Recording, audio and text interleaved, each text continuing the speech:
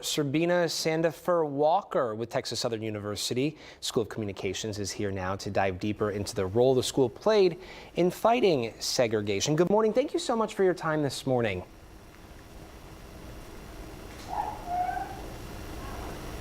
Thank you for having me. I appreciate it greatly. Absolutely. Serbina, talk to us about the role Texas Southern University played in helping end segregation, not only here throughout Houston and Texas, but across the South. Yes. So the Texas Southern University pioneering students are unsung heroes. They planned everything. And they did get the help of people in the community as well, too. But as Dr. Halcyon Sadbury Watkins was explaining, it all resulted because one of the students, Eldrey Stearns, and many people don't know these great pioneers' names. So Eldrey Stearns was actually stopped by police. He was arrested. He was taken downtown to the Harris County Jail, and he was brutally beat. And he came back to campus. The students had heard about it, and they were enraged. They were disappointed. They were hurt, but they had been facing so many injustices for so long, and they were just tired. They longed to be treated with dignity and respect. That's all the students simply wanted to be treated with. And so they felt it was time to do something about how they were being treated in the city of Houston. And this is when they strategized to start holding sit-ins. They were inspired by the students who held the sit-ins in North Carolina, all right? And so the students, they were like a little military unit. They organized, they strategized, they planned everything all the way down to the clothes that they would actually wear.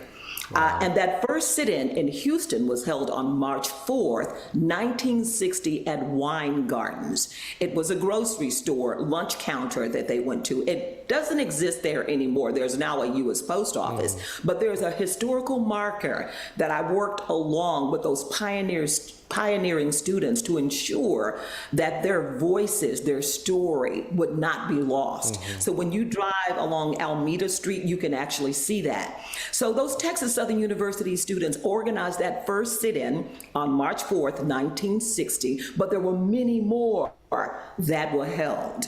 And as a result, many of the business people in the Houston community really didn't want what happened in Mississippi, what happened in Alabama to happen in Houston. So behind the scenes, the business community was working. Also, there was a Reverend Bill Lawson. He's an icon. He's a giant in our community. And initially the students went to him because he was with the Baptist Student Union. He was over that at Texas Southern University. And he was concerned about their safety, and he really didn't want them to do the sit-ins. But the students were tired. They wanted to do something. They didn't want to be treated how they've been treated for so long and so many years.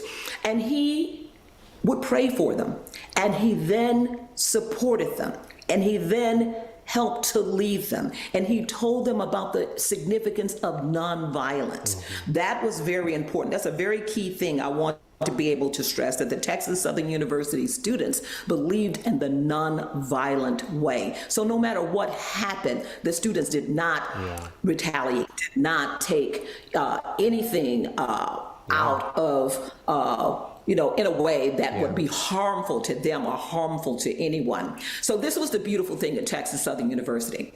So as far as the Freedom Riders came in from California. There were about 11 students, Black and white students, who came here to Houston, and they staged a sit-in at the coffee shop, at the Union Station, at the train station here in the Houston community, and they were immediately arrested, right? And so the white students, the white men in particular, were brutally beat, right? Brutally beat. It was just really horrific.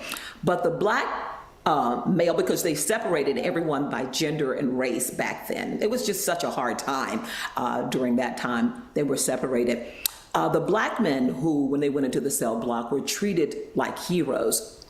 But the students as a result of what they did that ultimately led to the desegregation of interstate train stations, bus stations, and other things, as well too. But there were so many things happening that I just want to make sure that everyone is really clear about why this happened. I mean, the segregation laws were just one thing, but there was also voting suppression. Right? There were poll taxes, there were literary tests, there were so many different things that were happening that were just unjust, in the city of Houston and across this nation. There was redlining and housing discrimination. There was employment discrimination. And as a result, there were legislative wins. All right, legislative wins. The Civil Rights Act of 1964, so very important. The Voting Rights Act of 1965, so very important. These students were incredible with what they were able to do. They were courageous. They were just persevered. They did not want this country to continue as it had been continuing. And they actually taught us a valuable lesson in democracy. I'd like to say they taught us so many different lessons, helping us to understand what true democracy is and was. So absolutely. And I think too, Serbino, very, very happy that I've had a chance to interview many of them as assistant dean, and I'm a journalist myself as well too.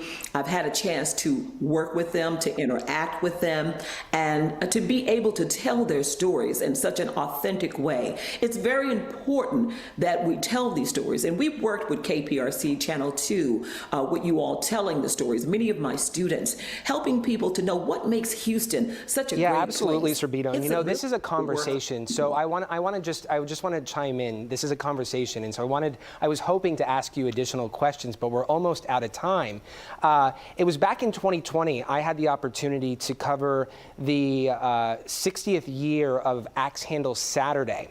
That was an event that took place in Jacksonville, Florida, months after this movement began in Houston, the nonviolent movement. And so to see these demonstrations take place across the country, right, and lead to laws being changed, laws being passed to help better the lives of many. It's really incredible. It is absolutely incredible.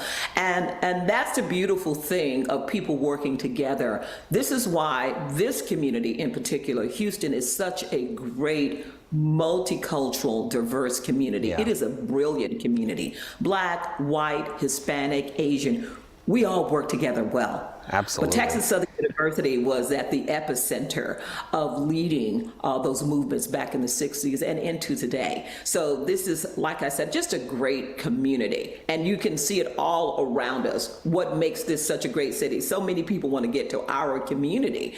And we don't want to erode the progress that's been made by those students and by many more, because we understand the significance of inclusion. We understand the significance of respecting others and just simply wanting to be treated with dignity, with respect. That's all those students wanted back then. But there were, like I said, there were so many wins: economic, societal, legislative, so many great wins. And so I'm very grateful that I did not have to face many of the trials and tribulations that many of those great students actually faced. Serbino, Sandifer Walker, we appreciate your time this morning. Thank you. Thank you. Thank you for sharing the story. Let's continue to do that. I really appreciate you greatly. Thank you. 8:16, we're back in a moment.